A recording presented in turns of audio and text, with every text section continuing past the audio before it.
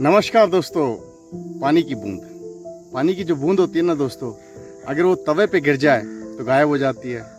कमल के फूल पर गिर जाए तो मोती जैसी दिखती है, और वही बूंद अगर सीप पे गिर जाए तो मोती बन जाती है। बूंद वही है दोस्तों, लेकिन सिचुएशन अलग अलग है। आज मैं आपको ना एक कहानी बताने वाला हूँ जिसमें दो सीख है और बहुत ही इंटरेस्टिंग सीख है।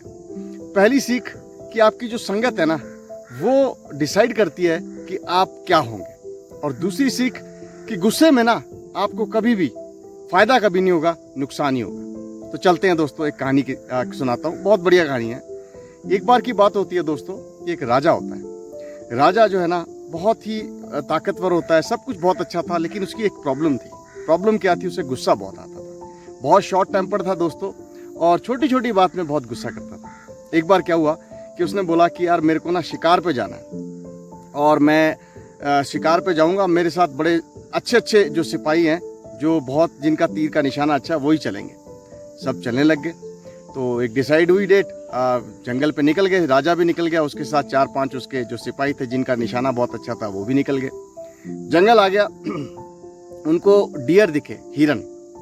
अब उन्होंने, राजा ने भी निशाना मारा, उसके सिपाहियों ने भी निशाना मारा, लेकिन वो हिरन जो थे ना, 2-3 हिरन थे, तीनों के तीनों बच के चले गए। और राजा को जो है बहुत गुस्सा आ गया कि यार ऐसे कैसे हो गया। उसकी ईगो हर्ट हो गई कि यार मैं इतना अच्छा तीर कमान चलाता हूँ, और ये सिपाही भी 3-4 जो मैं लेके आऊँ ये भी अच्छा चलाते हैं, ये कैसे हो गया कि यार ये जो है मृग हिरन एक भी नहीं मरा। उसे बड़ा गुस्सा आ गया। उसने उन सिपाहियों को कहा कि भाई लोग, तुम लोग जाओ, मैं खुद जो है ना अब हिरन मारूंगा, और मैं अकेला ही मारूंगा। और सिपाही कहने लगे कि साहब आप जंगल में अकेले कैसे रहोगे? उसने कहा कि तुम जाओ। उसे बहुत गुस्सा आ गया।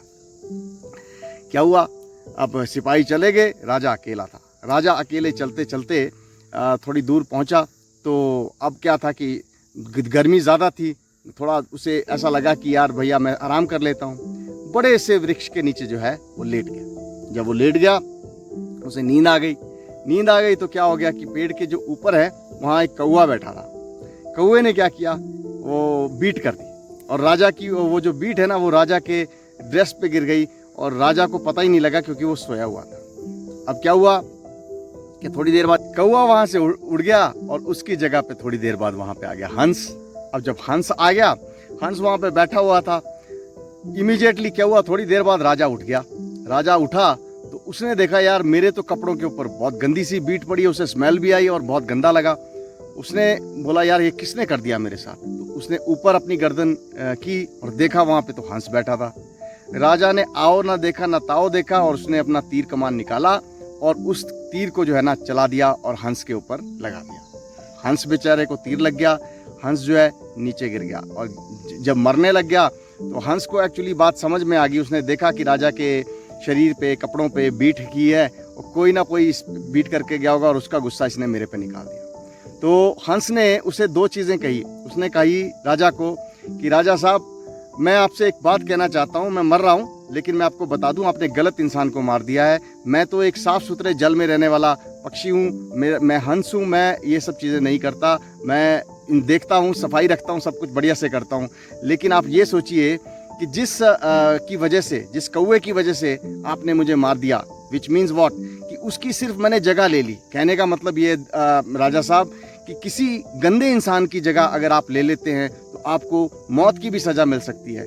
यानी कहने का मतलब कि सिर्फ जगह लेने, अगर आप गंदे इंसान के साथ रहते हो, गंदे इंसानों के साथ रहते हो दोस्तों, तो आपको देखो क्या लाइफ में मिलेगा वो आप जान सकते हो। तो हंस ने उसे पहली शिक्षा ये दी कि गंदे इंसान की जगह पे अगर आप रहते हो या गंदे इंसानों के साथ रहते हो, तो आपका भी जो अंत है ना वो इनडायरेक्टली आपको कहीं ना कहीं उसका इम्पैक्ट ज़रूर मिलेगा। That is number 1। नंबर 2, राजा को उसने कहा कि राजा साहब, आपने आओ ना देखा ना ताओ देखा, बस क्रोध में आए, बिना सोचे समझे आपने मार दिया।